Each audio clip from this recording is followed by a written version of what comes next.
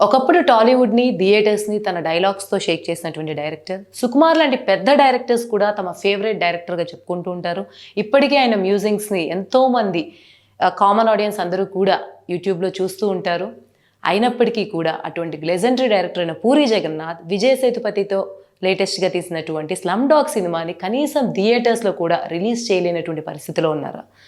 ఎందుకు అంతటి star director ఇప్పటికీ మధ్యలో కొన్ని ఫెయిల్యూర్స్ ఉన్నప్పటికీ ఇంకా కూడా తను కమ్‌బ్యాక్ ఇస్తారని, తన సినిమా ఒక లెవెల్‌లో ఉంటుంది అని ఆశిస్తున్న ప్రేక్షకులకు ఎందుకు ప్రేక్షకుల ముందుకు విజయ్ సేతుపతి లాంటి స్టార్ కాస్టింగ్‌తో ఉన్న సినిమాని రిలీజ్ చేసే పరిస్థితుల్లో ఎందుకు లేరు?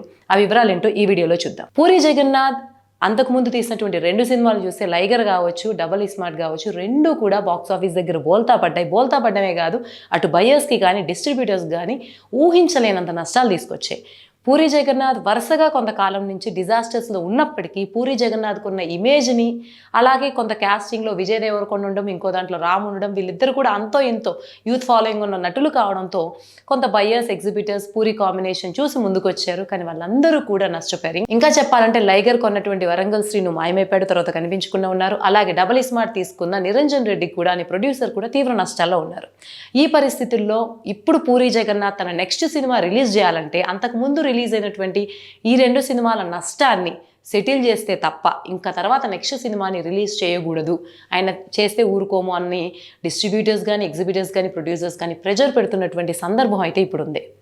ఇంకా చెప్పాలంటే ఈ పరిస్థితి ఎక్కడి వరకు వెళ్ళిందంటే, రాబోయే ఈ 'స్లమ్ డాగ్' సినిమా పక్కన పెడితే, అంటే ఇప్పుడు విడుదల కాబోతున్న ఈ సినిమా పక్కన పెడితే, 'పోకిరి' రిలీజ్ని కూడా వీళ్ళందరూ అడ్డుకున్నారు.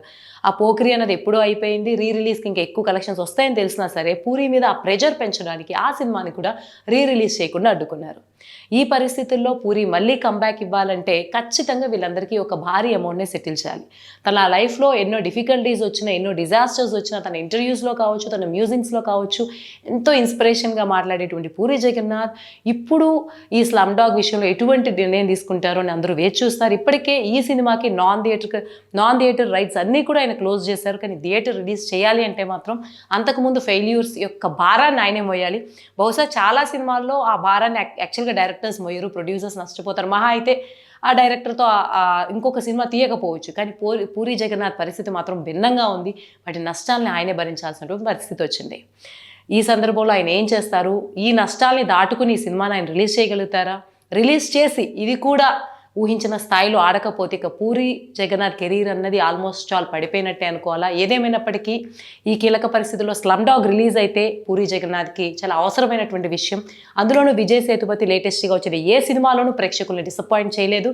ముఖ్యంగా తను లీడ్ రోల్లో ఉన్న 'మహారాజా' సినిమాతో ఊహించినంతటువంటి పేరు తెచ్చుకున్నాడు. So Puri Jagannadh and Vijay Sethupathi combination అయితే ప్రేక్షకులు ఎక్స్పెక్ట్ చేస్తున్నారు చాలా భారీగానే. ఏదేమైనప్పటికీ పూరి జగన్నాథ్ ఈ నష్టాన్ని నుంచి బయటపడి ఈ సినిమా రిలీజ్ చేస్తే మంచి కంబ్యాక్ ఇచ్చే అవకాశం కూడా ఉంది. మరి ఈ 'స్లమ్ డాగ్' సినిమా గురించి ఏమనుకుంటున్నారు? అలాగే పూరి జగన్నాథ్ ఈ నష్టాన్ని దాటుకుని ఈ సినిమా రిలీజ్ చేయగలిగే పరిస్థితిలో ఉన్నారు లేదా? ఏమనుకుంటున్నారో కమెంట్స్లో తెలియజేయండి.